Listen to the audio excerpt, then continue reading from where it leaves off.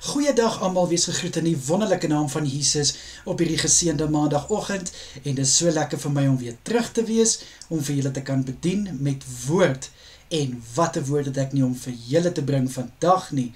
Ek hoop dit gaan sommer baie goed met almal en baie dankie vir julle wat die tyd vat om hierdie woord te ontvang. Nou wanneer ons lees in Genesis 1, lees ons van die skepping. Ons lees van hoe God alles gemaak het, alles van die water geskei het, bome, blomme, die lig, donker, dag, nag, en selfs mens, dier, alles wat God gemaak het. Nou, hoe dink julle dit ontstaan? Het God net sy vingers geklap en gesê, nou sal dit so wees? Nee, God het gespreek. God het gesê, laat daar lig wees, en daar was lig. God het gesê, laat die aarde bewoon word, en dit was so. En as ons nou 'n bietjie verder kyk na hierdie verse, dan besef ons, maar God het net met 'n enkele woord, het hy hierdie hele skepping laat ontstaan. Het hy laat alles wat op aarde is, in die hemel, in die see, ofwel, in die hemel en in die see, alles wat daarin is deur woord geskape. God het gesê, laat daar lig wees. God het gesê, laat die dag en die nag van mekaar skei. Nou kom ons dink so daaraan, my boetie en sissa, soveel krag daar in woord was wat God gespreek het om 'n hele aarde, 'n hele hemelruim te skep. Hoeveel krag dra ons woorde nie eintlik dan nie, my boetie en sissa?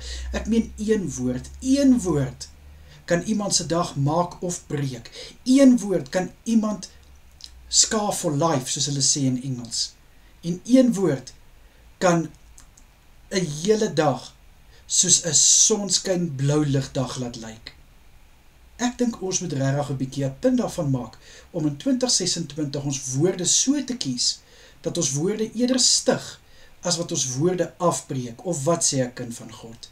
Ek meen, is dit nie vir jou lekker as iemand vir jou 'n kompliment gee nie, as iemand vir jou iets mooi sê, as iemand vir jou, selfs al sê hulle net vir jou wel gedaan, of sjoe, ek is trots op jou, of sjoe, dit wat jy gedoen het is nogal goed. Ek het dit nie verwag nie. Jy weet, jy bou op. En dit is wat ons moet doen, my boetie en sissa. Ons moet opbou, maar as jy vir iemand gaan sê, ek sal daai beter kon doen. Ja, maar as dit nou ek was, ag nee wat, jy moet maar ophou, want jy gaan nie ver kom wat jy nou doen nie. Daai woorde breek, my boetie en sissa. Dit breek, dit scar for life, soos die Engels sê. Die Engels klink net soveel beter. So ek wil jou uitnooi, en sluit dit myself, kyk, soos ek altyd in die woord sê, ek sluit nie myself uit nie, want ek is deel van die wêreld, ek het ook my foute, ek het ook sonde wat ek doen, maar ek wil daaraan werk, en ek weet jy, my boetie en sissa, wat hierdie woord ontvang wil ook. Kom ons vat hierdie woord, wat God op my hart gelê het, en ons gebruik die woorde, om te stig, om te skep, as wat ons woorde gebruik, om af te breek. Wat sê ek? Kom ek bid vir ons. Here, baie dankie, dat ons die voorreg het om te kan praat, die voorreg het om woorde te kan gebruik. Vader, ek bid, dat U vir ons die wysheid en die insig sal gee, om ons woorde so te kies, dat ons eerder sal stig met ons woorde, as wat ons afbreek, dat ons sal opbou, as wat ons vernietig, dat ons sal seën met ons woorde, as wat ons verwoesting bring, asseblief Here.